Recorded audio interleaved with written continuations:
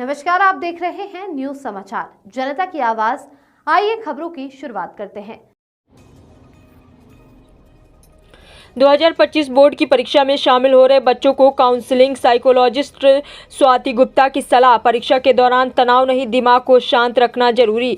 Counselling psychologist Swati Gupta का कहना है कि परीक्षार्थियों को तनाव लेने की जरूरत नहीं, बल्कि दिमाग को एकाग्र और तनाव मुक्त कर स्वयं पर भरोसा करना जरूरी है। जब छात्र खुद पर भरोसा रखते हैं कि हमने जो कुछ भी पढ़ा है वो परीक्षा में लिख पाएंगे। भरोसा रखें, आपने पर्याप्त पढ़ा है, सब अच्छा होगा। किसी प्रश्न को देखकर घबराएं नहीं, बल्कि आपने जो कुछ पढ़ा है उसे ध्यानपूर्वक उत्तर देने की कोशिश करें।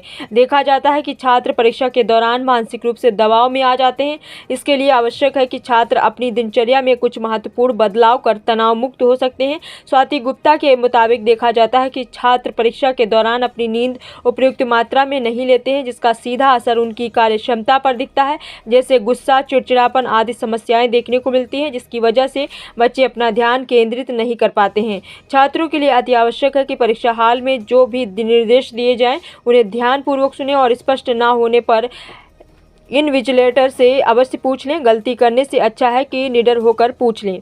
परीक्षा के दौरान काम के कुछ खास टिप्स: अच्छी नींद लेना, खाने पीने का रखें ध्यान, परिवार को भी ध्यान रखना होगा, सुबह उठकर मेडिटेशन करें, परीक्षा केंद्र पर ध्यान दें और नियमित अध्ययन, पुनरावलोकन की प्रक्रिया, रेटिना की भूमिका, समय प्रबंधन, समय का सही उपयोग करना सीखें। प्रत्येक प्रश्न के लिए समय सीमा निर्धारित करें और उसके अनुसार उत्तर दें। प्रैक्टिस टेस्ट, नियमित रूप से प्रैक्टिस टेस्ट करें और अपनी गलतियों को सुधारें। म्यूजिक और रिलैक्सेशन, जब आप थकान महसूस करें तो मनपसंद संगीत सुनें या कोई रिलैक्सेशन तकनीक अपनाएं। दृढ़ संकल्प याद रखें, समर्थन करें, दबाव ना डालें, स्वस्थ वातावरण में रहें, स्वास्थ्य का विशेष ध्यान रखें, प्रोत्साहित करें, सकारात्मक दृष्टिकोण रखें।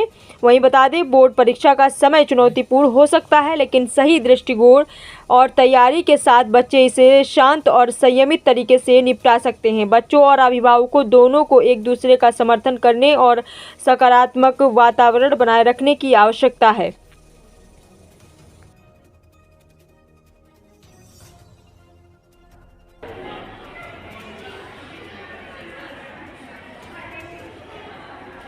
डीप ब्रीथ करेंगे।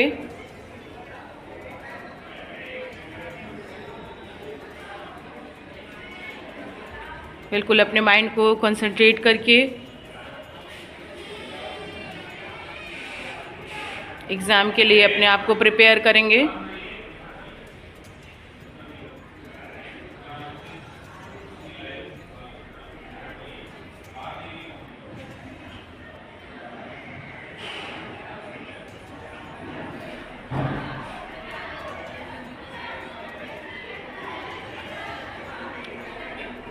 डीप ब्रीथ से आप अपने आप को कंसंट्रेट करके अपने आप को एग्ज़ाम में अच्छे से क्वेश्चन अटेम्प्ट करने के लिए अपने आप को प्रिपेयर कर रहे हैं। बिल्कुल रिलैक्स। ऐसे ही सेम आप अपनी बोर्ड के एग्ज़ाम में भी करेंगे अपने सेंटर पे। उस समय ये नहीं सोचना है कौन क्या सोच रहा है, बिल्कुल अपने माइंड को कंसंट्रेट करेंगे, बिल्कुल ही रिलैक्स।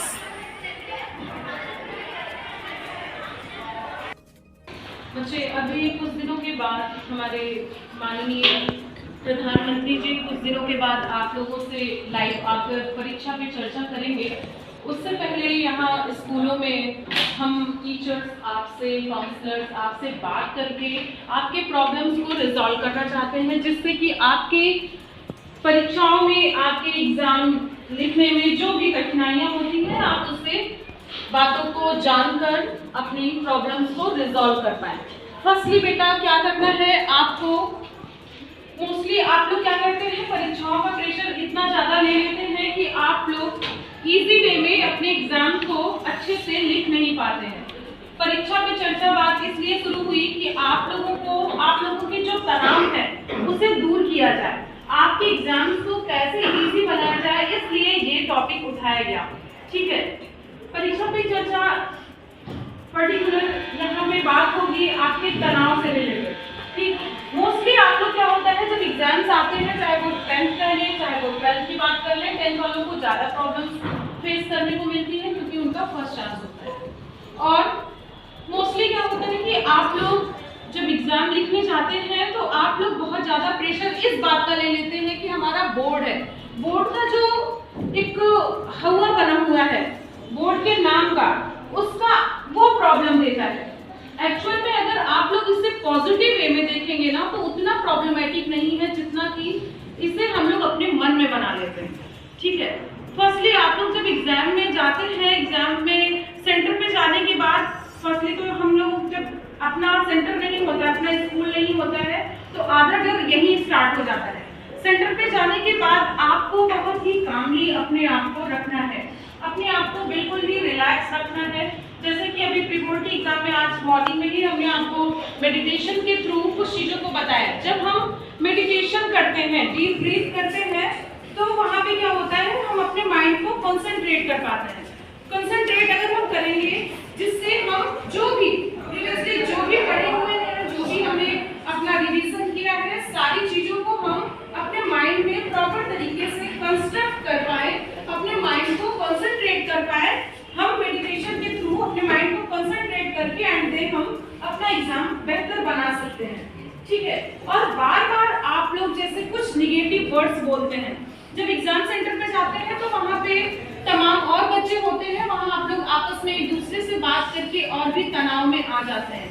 जैसे कोई एक दूसरे से अगर बात कर रहा है तो वहाँ पे क्या होता है कि आप लोग जब एक दूसरे से बातें करते हैं तो वो दूसरा बच्चा बता रहा होता है कि हमने ये पढ़ के आया है, दूसरा बोलता है कि हम ये पढ़ के आए हैं। फिर क्या होता है कि आप लोग जो पढ़े भी हुए हैं, जो आपका कॉन्सेप्ट क्लियर है, वहाँ पे आप कंफ्यूज होने लगते हैं। इसके वजह से आप लोग जितने भी हौच पौच हो के आते हैं, इंटर करते हैं, क्लासरूम में इंटर करते हैं, एग्जाम हॉल में, आप लोग अपने माइंड को मेडिटेट करके कंसंट्रेट कर लीजिए। ठीक है, आप लोग फर्स्टली आप लोगों को हेल्दी रहना है, हेल्दी आपको अपनी फिजिकल बॉडी पे भी फोकस करना है। कई बार ऐसा होता है कि एग्जाम के प्रेशर में आप लोग सही से नींद नहीं लेते हैं, सही से आपकी स्लीप साइकिल बहुत ही डिस्टर्ब हो जाती है।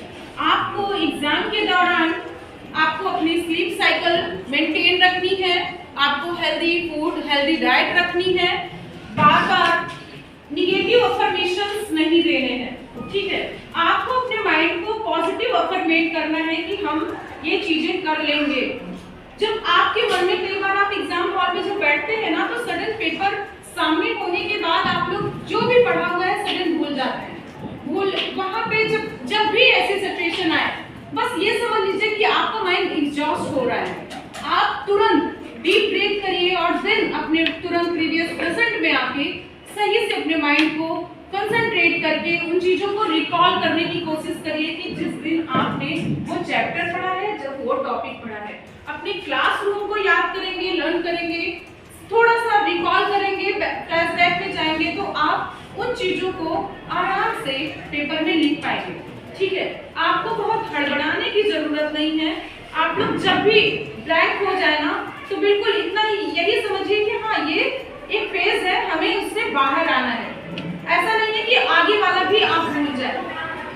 और कई बार ऐसा भी हो रहा है कि जैसे अभी आप लोग कुछ वर्ड्स बोल रहे हैं, जैसे कुछ बच्चे जो पूछ रहे हैं, क्रूरता, दृढ़ता, ये सारे जो वर्ड्स हैं, आप लोग इसकी मीनिंग जो पूछ रहे हैं ना, वो हमें पता है कि हम लोग एक्सपीरियंस्ड है। ठीक है, हम टीचर्स के लिए वो चीजें इजी है, वो वर्ड इजी है, बट आपके लिए वो वर्ड इजी नहीं है, तभी आपको पूछना हो रहा है। और इस टाइप के वर्ड्स को बेटा आप लोग थोड़ा सा ना ऐसे जो भी आपकी पैराफ्रेजेस हैं, जो भी आपकी क्वेश्चंस बैंक्स हैं, उन चीज़ों को आप अच्छे से रीड करिए और ऐसे शब्दों पे बिल्कुल फोकस करिए कि अगर इन शब्दों का आप अच्छे से ध्यान दे के उसकी मीनिंग निकाल के, अगर आप अच्छे से मीनिंग निकाल के आप नहीं लिखेंगे तो अर्थ का अनर्थ हो जाएगा। ठीक है, ये सारे छोटे छोटे वर्ड्स अगर आप लोग अच्छे से उसे रीड करेंगे, एक्सपीरियंस में ले आएंगे, डेली उन चीज़ों को अपने रूटीन में ले आएंगे कि ऐसे टाइप के स्टोरीज पढ़ें जिससे वो सारे वर्ड्स आपके क्लियर हो जाएं। ठीक है, वो सारी चीज़ें आप बहुत ही इजी वे में अपने बोर्ड के एग्जाम्स को कंप्लीट कर सकते हैं। बहुत हाइपर होने की जरूरत नहीं है, आपको अपनी स्लीप अपने आप को मेडिटेट करके बिल्कुल रिलैक्स करना है, जिससे आप अपने एग्जाम्स को अच्छे से कंप्लीट कर पाएं। ओके।